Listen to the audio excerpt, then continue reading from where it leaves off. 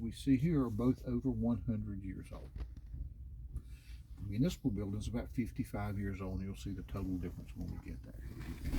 Okay, let's kick this puppy in the rear, and we'll get at it. How's that? All right. Fire in a hole.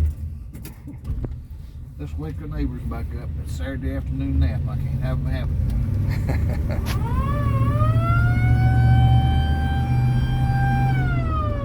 And you know they love us over here now. Yeah, I was thinking that. You know, I think I learned to read lips too. There was a couple talking to each other one day, and they was pointing at me. And I know they were talking about they were going to the sunny beaches. I could read their lips. This is the first Presbyterian church on the left. Again, made from the granite. Again, over 100 years old. The granite is called Mount Airy white for the obvious reason. It's very white with little black specks in it. The next big building is the Mount Airy Municipal Building. Again, you can see it is made from granite. Now it's thinner pieces and there's more in sheets. There's a metal superstructure under it that the granite is attached to. It's not like a structural granite as much as it is the churches. Now there is really nothing special about the municipal building other than it, one, is made from granite, and two, the most important reason, yes, they do take all your money. But what is really important is the location. That location is where Mount Airy High School used to be. Not the buildings, of course, but the location. Andy Griffith graduated from Mount Airy High School in 1945. Graduated from the University of North Carolina in Chapel Hill, 1949. What's real special about 1949 to me? Why is that such a special year? Didn't say it. Don't know. That's the year that I was born. Oh, it is. 1949. Very nice lady in the back seat where you are one day. She said, "Is that the year you got married?" I know I'm looking old, but you know. I thought it might be the year your father was born. Yeah. Thank you. If she were living, she'd really appreciate it. She was born in 1914, so it's a little bit different. Okay. Now, as you know, Andy Griffith is a very famous person from Mount Airy. But there's another person more famous than Andy. That's me. I'm driving the car. So we're the two most famous people. But there is really a third famous person from Mount Airy. This lady is a female country music singer who was very popular in the 70s. Her most popular song is one called Happiest Girl in the Whole USA. Okay, I think I know. Donna Fargo? Ding, ding, ding. Thank you for knowing. Okay, there you go. I appreciate that. Donna Fargo was also born and raised here in Mount Airy. Okay. Early in Donna's career, or early in Donna's life, she graduated from Mount Airy High School, High Point College in High Point, North Carolina. Moved to California and ended up going there and became a school teacher. Was in charge of the English department. Wonderful teacher. Loved her job, loved her students. But her real great passion was singing and performing, which she did in California. Daytime school teacher, nighttime singer, weekend different gigs. She married in California. She and her husband moved to Nashville, Tennessee. And of course, if you're going to be in country music, you got to be in Nashville, Tennessee. Yep. Now, very fortunately, she was really good. She won Grammys, Gold Records, Entertainer of the Year, all the accolades that she could get. Also had a syndicated TV show when she was out in Nashville. She actually still lives in Nashville today. Unfortunately, her husband died last year from COVID. Oh, wow. She had COVID also. Early in Donna's career, she had MS. And she slowed down performing, but she really never quit performing. She still lives in Nashville. As I said, last year she had COVID. I've talked to her before. She is a wonderful person.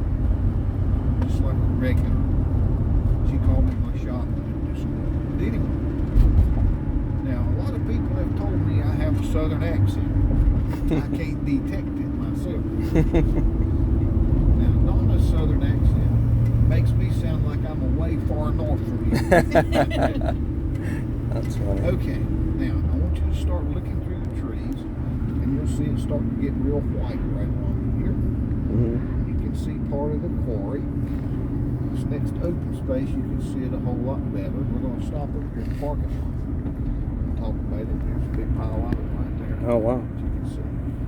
It's been in continuous operation since about 1890. It's recently been sold to a Canadian company, actually last year, a little over a year now, called Polycorp.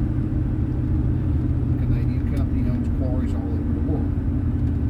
At one time, the land out here sold for 50 cents an acre, and I will promise you, without knowing the cost, that they paid more than 50 cents an acre for it. Probably so. At one time, they worked several hundred people here. It was basically manual labor years ago. But nowadays, they work around 60-something people here. Demand has changed. Technology has changed. Unbelievable. This house you see on the right, I don't know why they don't fix it. I'll get that up front. No idea. It's made from the granite. Those are pieces that were scraps, rubble, things that was left over. Now, if you look how different shapes they are and sizes, Yeah. a cubic foot weighs 165 pounds. Nevertheless, those pieces are still heavy. And you got to know how to do it so you don't squish your mortar out. You know how high to go with it. Right. It was built in 1901. The granite still is amazingly strong. Yeah. It is. Now, if you look straight ahead, you'll see it's real black right there. That's not the natural color of the granite. That's caused by the groundwater running over it and staining it. All granite is porous. Don't let nobody tell you not. And for it not to stain, it has to be sealed. And if it's not heated and sealed, it's more apt to stain. It still can stain if it is sealed. That's why proper use of it is very important. Proper maintenance of it is very important. That's one of the products they sell here is granite countertops. They generally don't sell them to individuals. They'll sell the slabs to people who deal in it. I'm sure you've been in those places where they've got big slabs of granite. Right, yeah. This is one color, Mount Airy white. That's all you got to choose from. Kind of like Henry Ford, who said you can have a Ford in any color you want, as long as it's black. As long as it's black. Kind of the same with this. That's not their main gig out here with this granite. You got a granite counter. About everything in the cemetery is made from granite. It can all be made from this granite. Now, they've measured the depth of this rock. It's about 90 acres here. You'll hear different sizes. I picked a 90 because it looks to me that it's bigger than 40 acres. Yeah. I'm not a farmer. But it just looks bigger than 40 acres to me. Yeah. They have measured the depth of it. It goes down into the ground about 1.5 miles, around 8,000 feet. Wow. They have calculated that this should last another 500 years. Now, if they run out in 300 years, we ain't gonna be here to complain about it anyway. So yeah, somebody else's problem. Yeah, they worry about themselves. Now, early on, they used to blast it all out. That was the basic technology they had was blasting. Blasting's pretty aggressive, and it can create a lot of scrap. And just by the nature of what they do, there's lots of pieces they can't readily use. You see all the big blocks they've got cut. They know about what size to cut it, so it can be hauled on a truck by big pieces. I don't know how. I know some of them's 30, 40,000 pieces of pounds. That's about all you can get on a truck that weight. Wow. Those will be overweight if they go any bigger.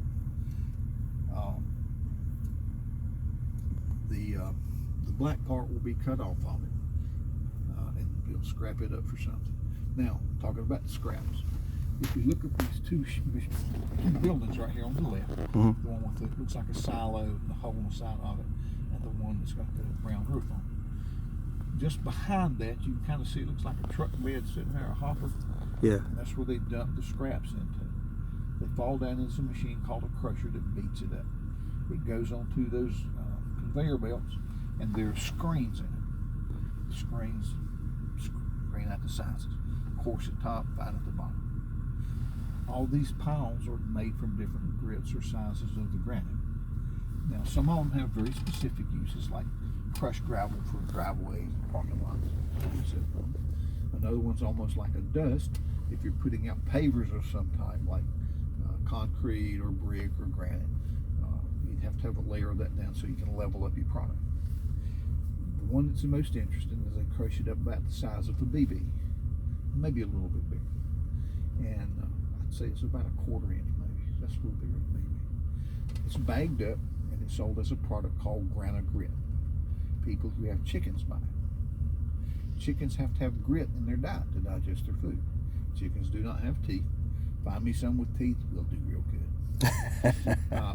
But they don't have teeth and they have a gizzard. Yeah. The grit gets in the gizzard, mixes with the food, it crushes the food. Crushes the food. Now, a lot of people feed them oyster shells, which is a good thing for them too. The oyster shells contain calcium.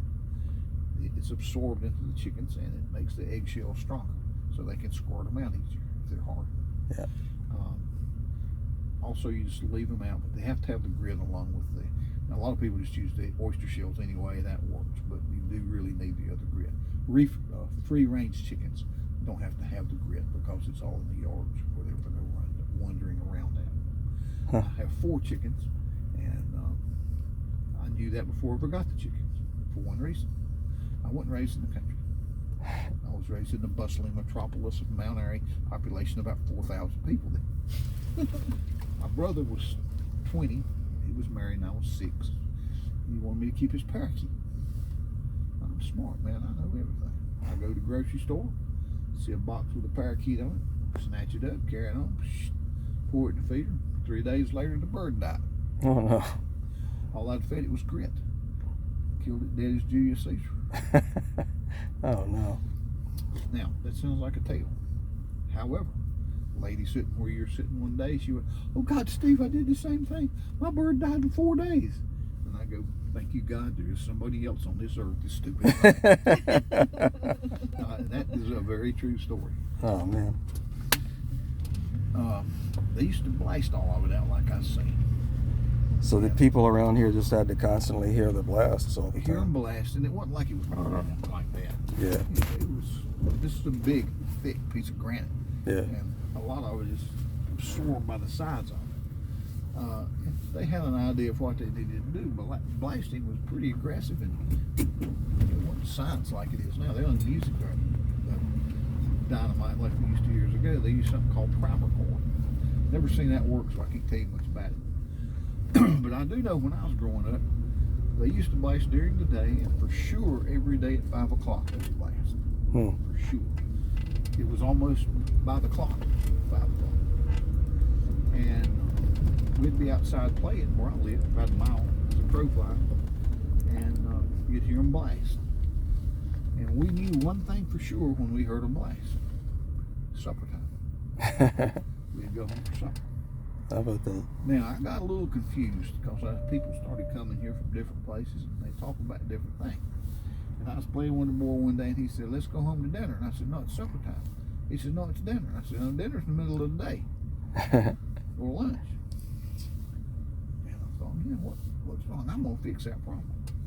So I ate breakfast, lunch, dinner, and supper. All your bases are covered. All of them covered. And also, when I was growing up, my mama said, "Clean your plate." Think all them starving people in China. I never did figure out how me eating, so I helped them people in China. But I got 4 meals a day now, so I'm helping them more than I ever used to.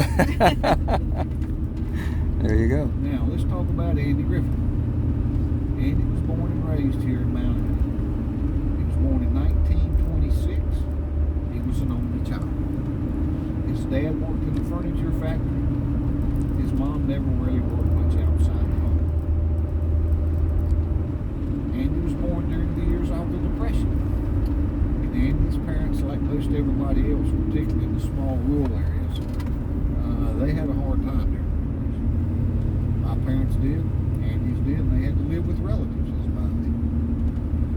And they lived there for several years until 1935. I think Andy was 9 years old. And his dad bought a house and they moved out in 1935. We're going to go by that house as part of the trip towards the end of the trip. Okay. Now, when Andy Griffith was a baby, his dad could not afford a bed for him to sleep in. And he slept in a dresser drawer. Oh. Very, very common. Actually, I had a lady today and her son, and her son was probably in his 50s, 40s, I'm better saying. And she said when he was born, that's where my youngest pondering on that one day. I like to ponder. And my wife looked at me and she said, Steve, what are you doing now? I said, I'm a pondering, Diane. Well, don't do that in public. It embarrasses me. But I still ponder. And you know why? How's that? It pisses her off. Well, I pondered that if Andy's sleeping in a dresser drawer and he starts to cry, what do you do? Close the drawer. That's exactly correct. That's where the term shut up came from. There you go. Sounds plausible, don't it? It does sound plausible.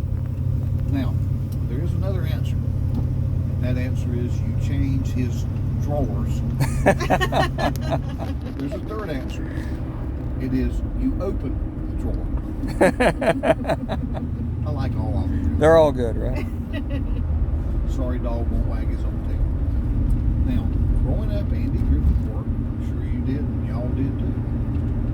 I'm sure I did, and I'm sure y'all did too. One of the places he worked was a movie theater called the Grand Theater. While he was working at the Grand Theater, he saw a movie called The Birth of the Blues. In that movie, a man named Jack Teagarden played a trombone. And he wanted an instrument. He'd been looking for one. He saved his money. He ordered a trombone from the Spiegel catalog. I'll ever remember the Spiegel catalog, Sears catalog. Well, Yep. we had a much more utilitarian use for those catalogs. I'm sure you probably know what that was. I was told of such usage, so It was very important. We learned quickly, though, that you stay away from the color pages. We call those pages John Wayne pages. Because just like John Wayne, they wouldn't take crap off nobody. And he got his trombone in. And he had to find somebody to teach him to play. There's a church in this area called the Moravian Church. The Moravian Church is a Christian religion. You may have heard of it. yeah. Most Moravian churches have brass bands, as ours does. Reverend Edward T. Mickey agreed to teach Andy to play. In Andy's own words, he said, I ate it up. He loved it. So much so, he moved his own membership there. And when Andy died, he was still a member of the Moravian Church in Mount Airy. Huh. When he graduated from high school, he went to college at the University of North Carolina, Chapel Hill. He initially majored in religion. He wanted to be a Moravian minister. But after a while, he changed his major. When he graduated, it was a degree in music. Andy met a girl named Barbara. They would later marry. Andy was married 3 times during his lifetime. Andy and Barbara did the play. Have you heard of the play The Lost Colony? Yeah. It's done in Manio on Mhm. the coast. Yeah. They did that play for 7 years. 2 years in college, 5 after they graduated. And Andy loved the area of Manio a lot. He was there a lot, of course. And he bought property there early in his life. And when Andy died, he was living full time on his property in Manio. And when he died, he had requested that he be buried on his own property on Roanoke Island in Manio within 5 hours of his death. He died at 7 a.m. He was buried by 12 noon that same day. Most people felt like that was religious. It wasn't. Had nothing to do with it. Andy knew it would be a circus if it had been kept out. And Right. Andy was a small town. He didn't his notoriety, his popularity to interfere with the operation of the town, the people that is. And I understand why he did that too, which I respect somebody. Mm-hmm. That's why I told my wife when I die, I want to be cremated. And I want my ashes dumped over everybody here at Mayberry Day. I want to get in everybody's hair one more time. And she said, you know, that's the only way you'll ever have a smoking hot body, too.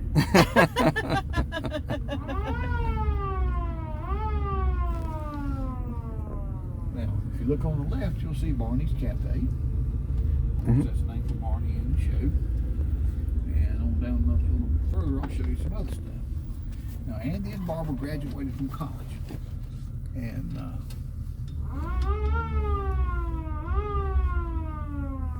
that's the best thing. My day's been made now, that little young and smart. Yeah. And I can do it to the pretty girls because I'm old and they think ain't he's cute. I may be blind. I mean, I may be crazy, but I ain't blind. Look at that. they graduated, moved to Goldsboro, North Carolina. While they were in Goldsboro, Andy taught school with Barbara. He also did some comedy records and comedy movies. One of the records he did is called What It Was Football. If you've never heard that, you can go online, put in Andy Griffith Football. It's fun. I'll get back to that. This is Walker Soda Pop, named for Ellie Walker in the show. You remember Ellie Walker, the druggist, the first year of the show, and Andy's girlfriend, Eleanor Donahue, who was on Father Knows Best. Andy also did some comedy records. And one of those records is called No Time for Sergeants. And that's where he met a guy named Don Knotts. Cash check, this building here, that's where the Grand Theater used to be. Opie's Candy Store. Beside of Opie's is Floyd City Barbershop. Oh, there it is. There's Snappy Lunch right here. If you ever get a chance to go in Snappy's, the sandwich that everybody wants to get is the pork chop sandwich. And as you can tell, I've had 1 or 6 on. No, wrong way, don't come up here. I have met a tractor trailer coming the wrong way up there. Oh, man. He gets the right of way. I don't care if I'm right or wrong. Right. I'm out of the way, dude. Like my daughter, I thought she was going to drown in the ocean one day. We was diving. And there was other dive boats around. People are stupid. And she was a little apprehensive, you know, her BC wasn't working correctly. And so there's another boat here at that building over there. And I said, hey, we need some help. He said, what's wrong? I said, we'll talk about that shit later. Get her out of the water.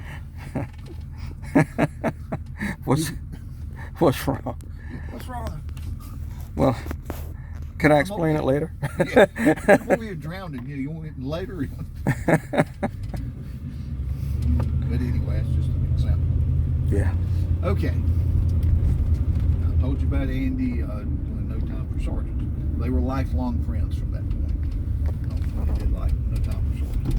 This monument is a Veterans Memorial, made also from the granite retaining wall. We live here, that's the Mount Airy Public Library. And on this side is the Mount Airy Police Department. Have you been to the Andy Griffith Museum yet? We were here a couple of years ago and we went there and loved it. Good, I'm glad you liked it. And you saw the statue of Andy and Opie. Yeah. And of course, that is the scene from the first of every show. Yeah. Where they're walking and he throws the rock.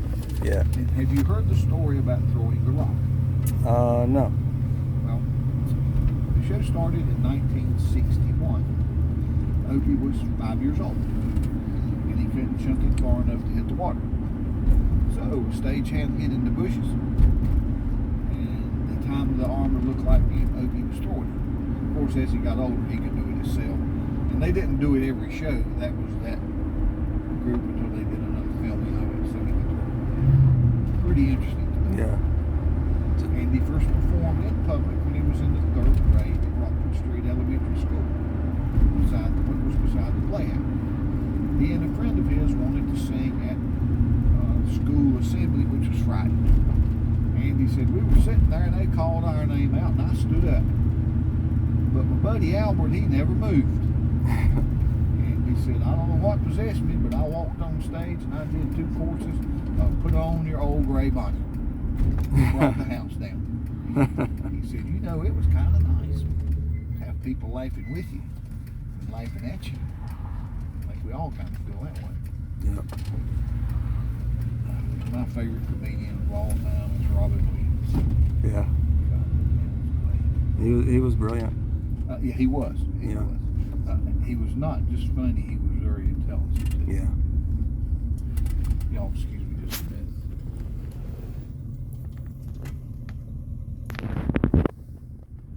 Have you ever had any of that water that comes from glaciers? Probably, but I might not have been aware of it when I did. That's all I drink is water. The place I went the other night to get some, all they had was that water. I like the cheap water. Yeah.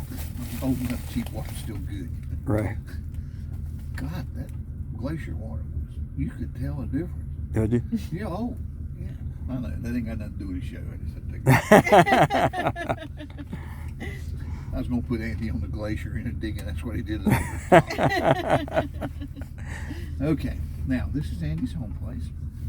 his daddy bought this house in 1935 for $800. Wow. It was a 3-room house. Certainly don't look anything like it does now. His parents lived here until 1966.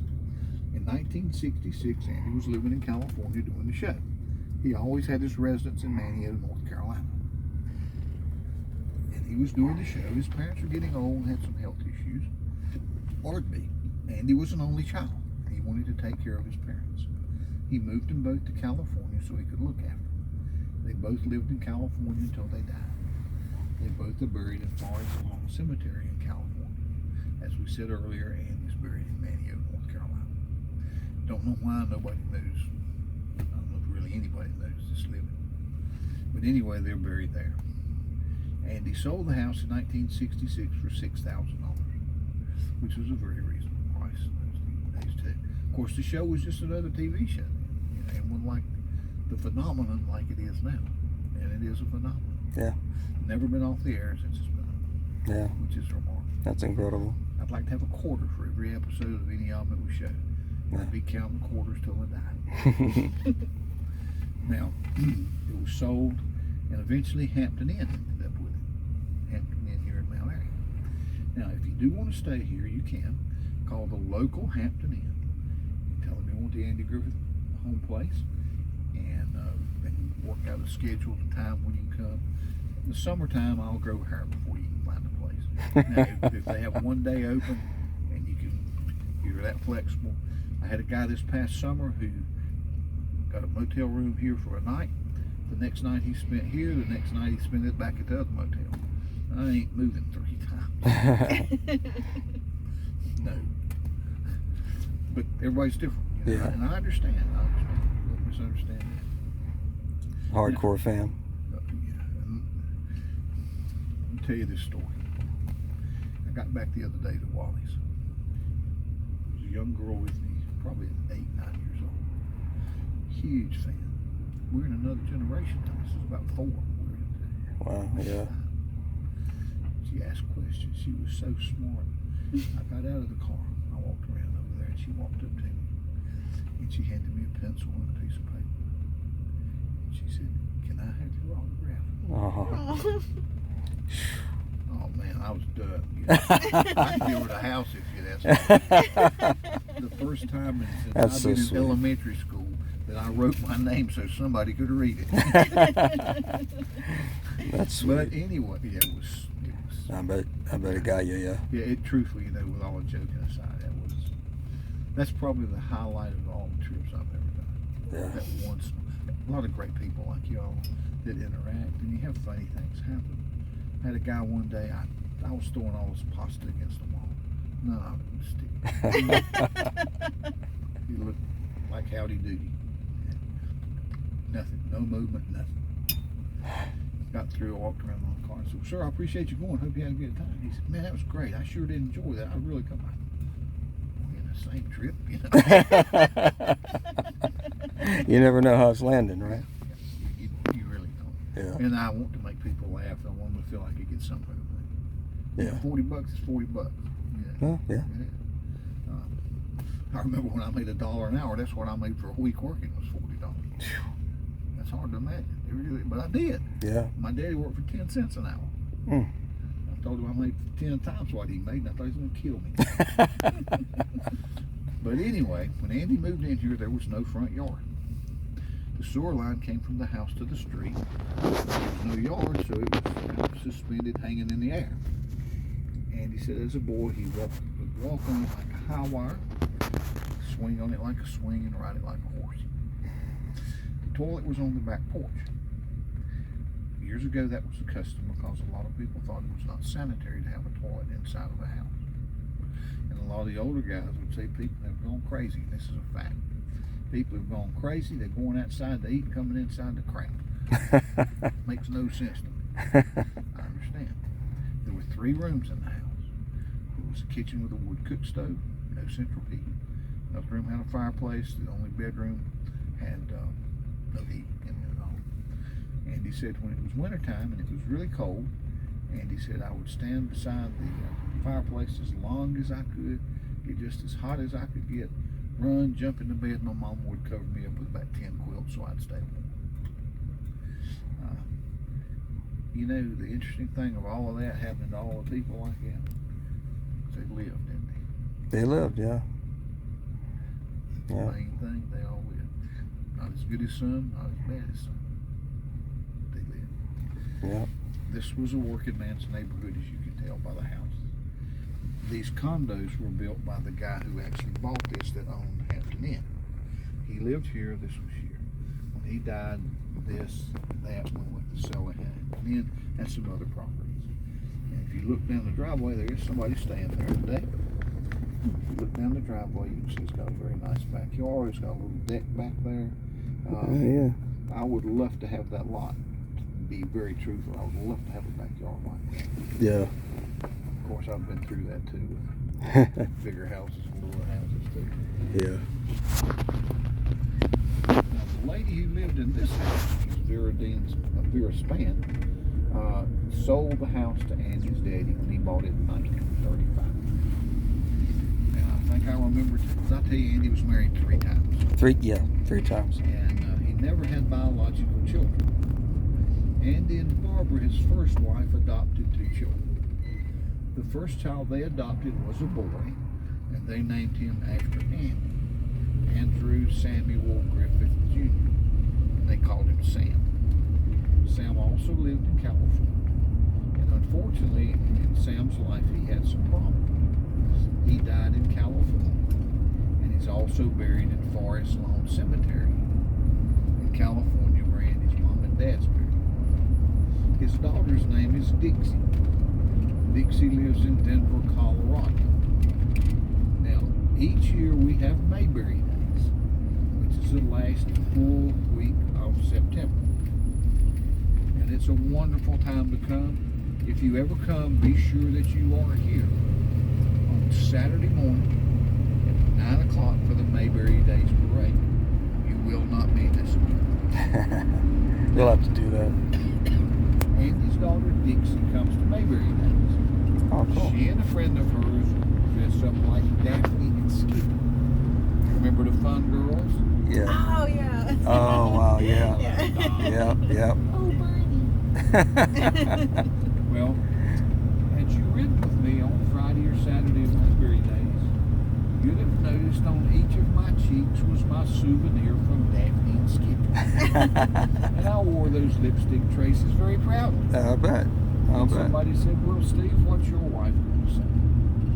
I've been married 50 years. I know exactly what my wife's going to say. Steve's like a dog chasing a car. Would he catch it? All he could do is bark, pee on the tires, and run away. Now, the first time Sheriff Andy Taylor was seen on TV was in 1960 in an episode of the Danny Thomas Show, Make Room for Daddy. That was the premiere of the show. Don Knotts, who was good friends with Andy from No Time for Sergeants, saw that premiere episode. He got in touch with Andy and said, don't a sheriff need a deputy? Andy told him what all he needed to call, who he needed to call, that is. And he was hired to play straight man to the comedian Andy Griffith. Andy said, I learned quickly I needed to play straight man to Don Knotts. Don Knotts was the catalyst of the show. Mm-hmm.